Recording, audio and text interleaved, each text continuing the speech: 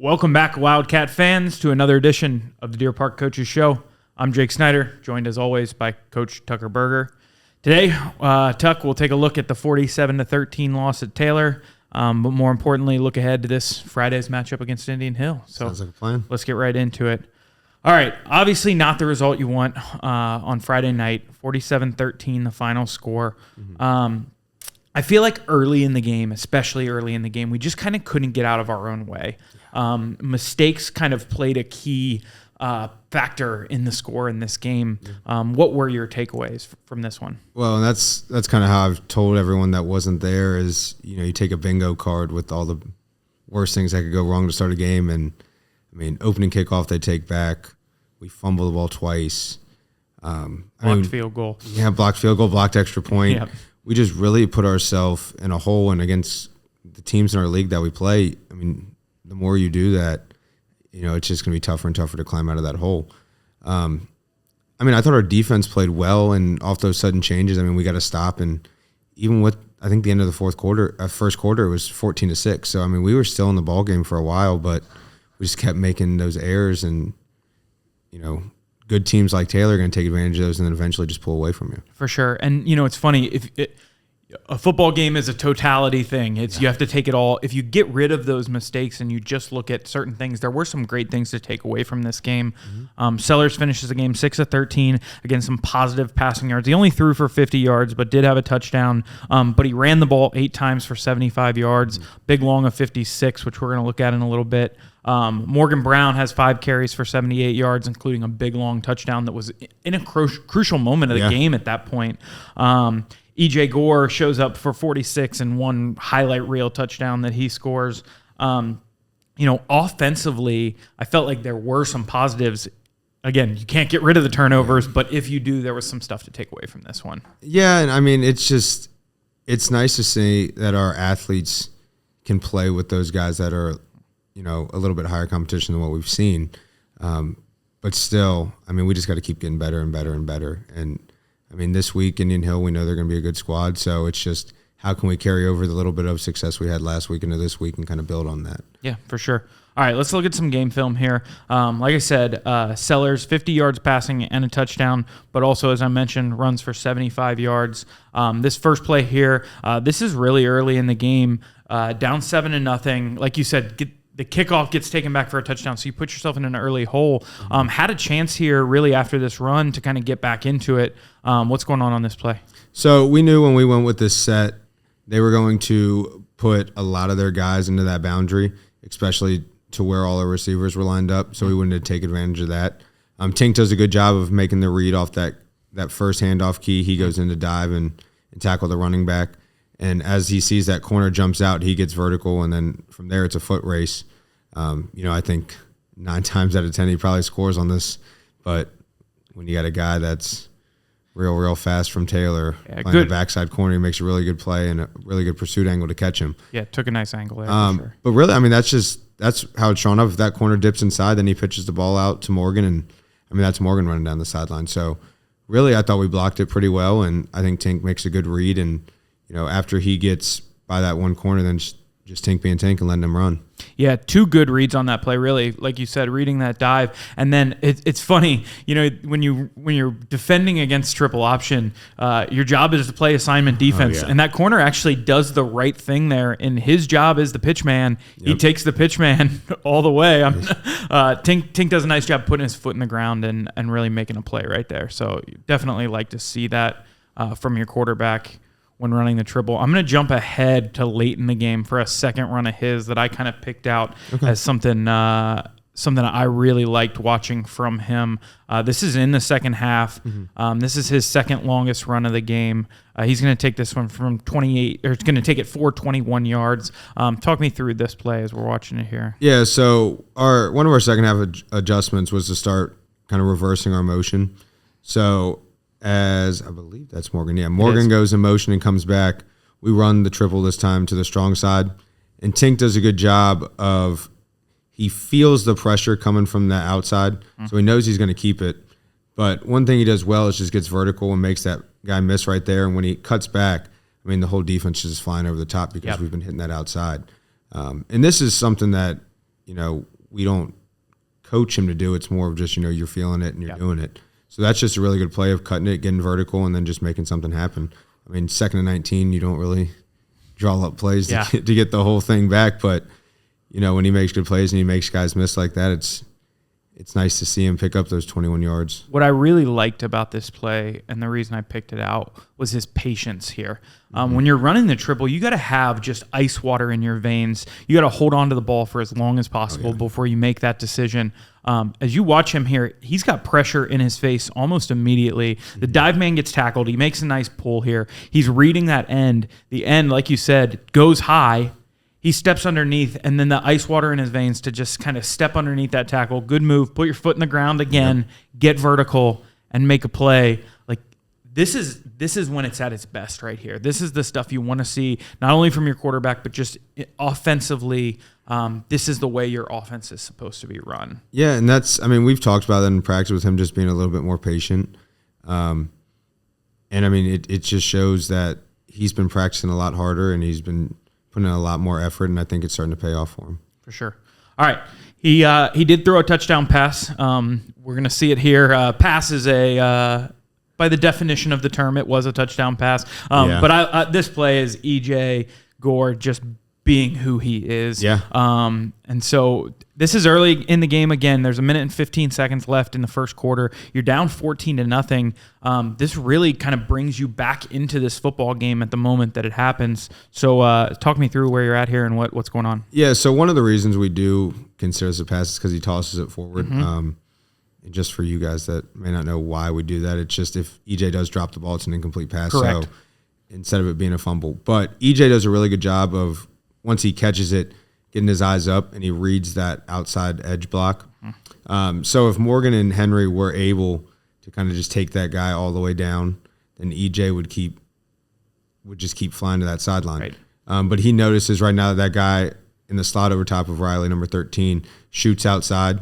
So he does a good job of putting his foot in the ground and getting vertical. And then from there, man, he's quick. He gets through that hole so quick. Makes a guy miss, and he gets in. Yeah. So I think that's just another good job of us getting one of the guys that can make anything happen at any time, a ball with a little bit of space, and he just does the rest. I thought your skill position players did a nice job blocking this play as well. Riley does his job, and the guy works outside, so he pushes him outside. Morgan comes underneath that throw and makes the block he needs to make to kind of allow EJ to find those holes.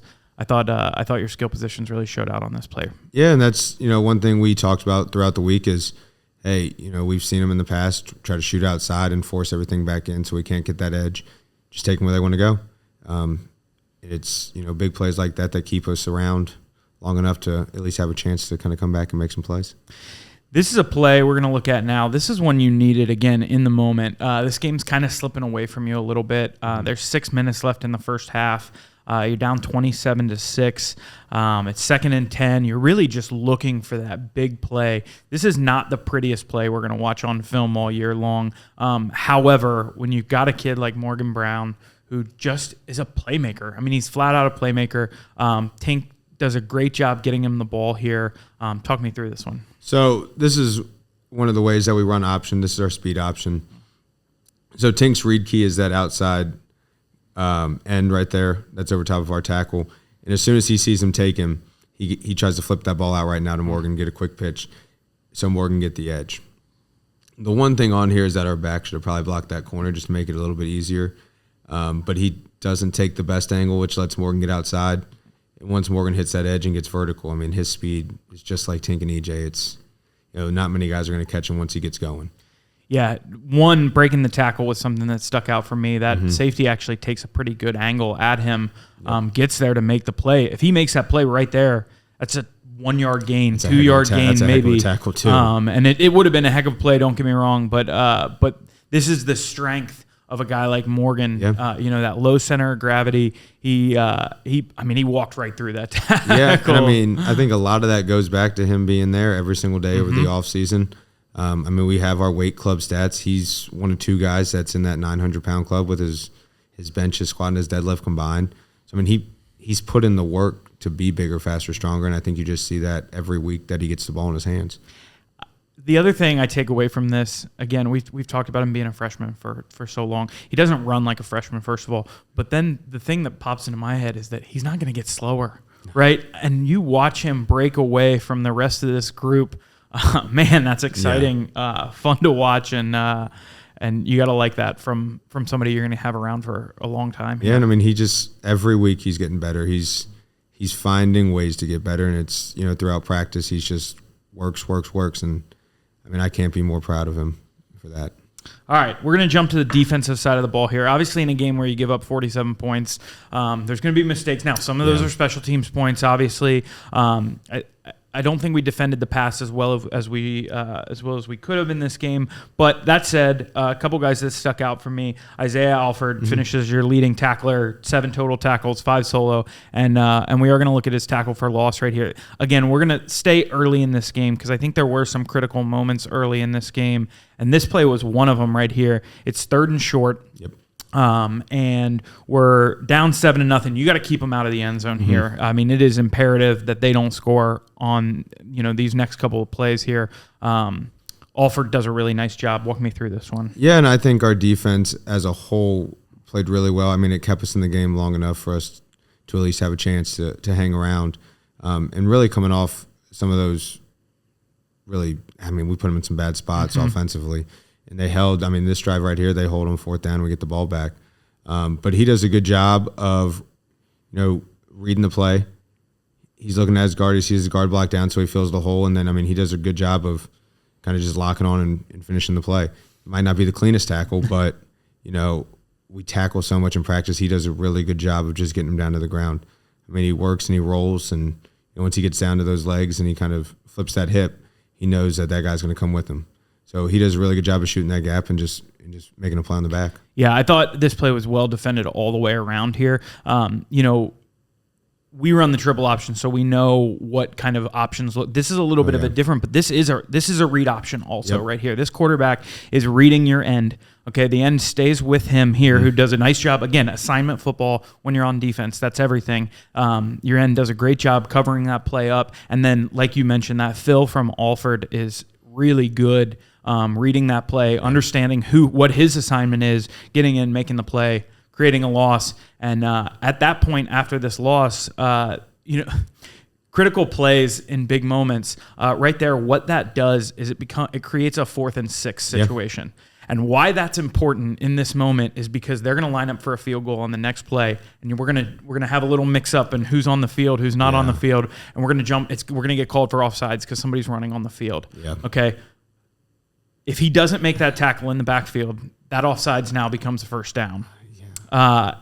Why that's important is because of this next play we're going to look at right here, which is it's going to be Moore and Andre Warren on this 4th down. So now it's 4th and 1 here. They're going to decide not to kick the field goal, go for it in this moment. And now, again, critical situations, we got to get a stop right here. Talk me through this one. Yeah, and really, with Justin and Andre, that's just 2 of our guys stepping up that contribute so much to our team. And it's really nice to see those guys making the big plays when it counts, just because then it brings a little bit more momentum to that offense when they flip over. Andre does a good job of getting upfield, and he knows that quarterback has it, so he gets flat. That's Joe right there. That pops that tackle out, so the guy can't go out, so he's got to stick it in that hole.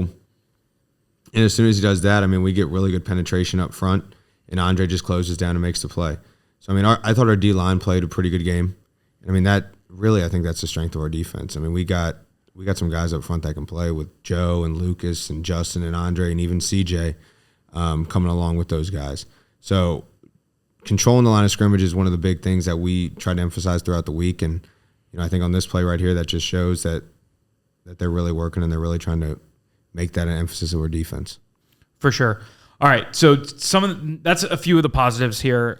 Looking at some of the negatives from the defensive side, as I was watching back on the film, the thing that stuck really out to me was the chunk plays.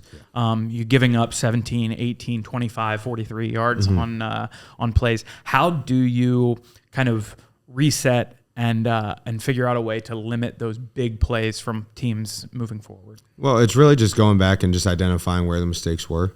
So Houston does a good job on Mondays of going back from the film and reviewing those. So like yesterday, I mean, we walked through, where we got hurt, how can we fix that, and how can we shore that up, and then we jump into this week's matchup. So it's just kind of reminding those kids, hey, they hit us here. What are we going to do differently in the future to fix it? Because obviously teams get our film, so they're going to know where they can exploit us. So just fixing those gaps as we go week by week by week, that really makes us just a stronger defense, because then hopefully we don't get hurt twice by it. 4 weeks into this thing, I just want to take a second and kind of look at the totality of things. Okay. You finished 2-2 for this first 4-game stretch. Sellers ends up with 389 passing yards. That's third in the CHL. He's also rushed for 345 yards, also third in the CHL. We've talked a lot about Tink, obviously, over the course of these 4 weeks, but for good reason. Yeah. To have somebody that can kind of handle both aspects of throwing and running the ball. I think for me, this is one of the more balanced Deer Park teams I've seen in 8 years being around this team. How do you keep that balance as you move forward throughout the rest of this year? Well, really, it's just when I'm out there calling it, I'm not thinking about what our run-to-pass percentage is. Sure. It's more, what's open, where can we get the most success from? And I think just being really confident in Tink throwing the ball and knowing what he throws well kind of aids into that a little bit too. So I know some of the short throws he prefers. I know some of the play action plays he prefers over others. But it's also, I think, having a whole skill room that we trust. Yep. I mean, Kevin, Morgan, EJ, Riley, when any of them have the ball in their hands, Jaden, Alfred, we trust those guys to make plays. So I think it's beneficial, one, because they're going to make plays if Tink gets them the ball. But it's also, I think they all want to make the play. And it's kind of that effort that they put in to go out there and make the play. So it does make us harder to defend in terms of, there's 5 or 6 guys that could hurt you at any moment. But I think also kind of evening out that percentage helps too, because you don't know if we're going to throw the ball if you don't know if we're going to run the ball. For sure. All right. We look tomorrow, Indian Hill, 3-1. Look, there's no bones about it. This is a good football team you're squaring off against. Talk about Indian Hill and just some of the challenges that they present. I mean, it's one of those Indian Hill teams that you get all the time. They're big, they're physical, and I think they might have the best player in the league. Their running back is legit. And I think the scary thing is everything I see is better at baseball. But it's one of those things where you know what you're going to get. They're going to show up. They're going to play their game. They're going to do what they do. They're disciplined, and they're just going to play football. I mean, that's really it. It's one of those games where, we just got to go in there and focus on ourselves, focus on getting better. And if we can do our job, then, we have a chance to pull it out. This isn't your father's Indian Hill team. You look back at those old Indian Hill teams from the mid-2000s or early aughts. They threw the ball 70 times a game. They were running up and down the field. This is a team that's going to come in 48 minutes. They want to run the ball down your throat. Like you said, they've got one of the best players, if not the best player in the conference.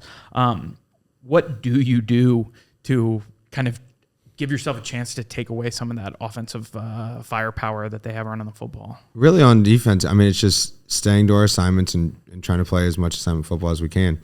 So up front, it's, reading your keys, reading your tackles if you're the end, and doing what we're coaching you throughout the week. If it's your backers, it's reading your guards. And, when you get a chance to make the play, making the play, and, focusing on, hey, this is how I need to tackle, focusing on those basics, those fundamentals, and just getting them done. I mean, it is what it is. We're going to go out there and we're going to play our game. Yep. But you don't need to try to do anything more than you can do. You just got to do what you do and do your assignment and do your job, and everything else will fall into place. Well, I think that's a great kind of thing to wrap up on here is, the funny thing about high school football is it's 10 games. Yeah. You kick off the season, everything's fresh and new, and then you blink an eye, and after this week, your season's going to be halfway over. Yeah. So what is the messaging that you have for your team, not just on this Friday night, but just moving forward for the totality of the rest of this season? Yeah, really. I mean, it's just staying the course. I think we still have a lot of things in front of us that we can accomplish. I mean, we can still win the league. We can still make the playoffs. We can still host a playoff game. We just got to keep playing. I don't think there's any reason to press a panic button. I mean, we got games coming up that, we can win. And it's just keeping that constant belief in the kids and just keeping them up and keeping them playing and keeping them at practice. And I think just moving forward, just keep preaching that message. I mean, we have guys that want to be there and want to play football. We just got to keep the energy. If we can get to week 10 with, keeping the roster the same size it is and, keeping everybody in good spirits, I mean, we're going to be a tough game for anybody. Yep. And then with that, it's just being more disciplined. I think that was the biggest thing from Friday that I took away is, we just had guys that did a lot of uncharacteristic things. And some of those 15-yard penalties just really bother me. And I think just how discombobulated it looked from the sideline on special teams bothered me too. So I think even as coaches, we got to get better in that aspect too. I mean, obviously it's a new coaching staff, so trying to figure that out. We're halfway through the year. We've figured out a lot of it, but now it's one of those things where it's like, hey, all right, we got to do this different. And so I think it's always a learning process. Every week's a new week. Yep. But it's just trying to stay as consistent you can throughout those new weeks while adding those few little things throughout just to make us better. Tuck, appreciate your time as always. That's going to wrap up this week's episode of the Deer Park Coaches Show. Make sure to always tune in with us every Thursday night as we recap Friday night's game and prep you for the next matchup next week. We'll talk Finneytown. Don't forget to follow us on YouTube. Listen to the podcast on Spotify, Apple, wherever you get your podcasts. That is going to do it for this week's episode of the Deer Park Coaches Show. He's Tucker Berger. I'm Jake Snyder. We'll see you all on Friday night.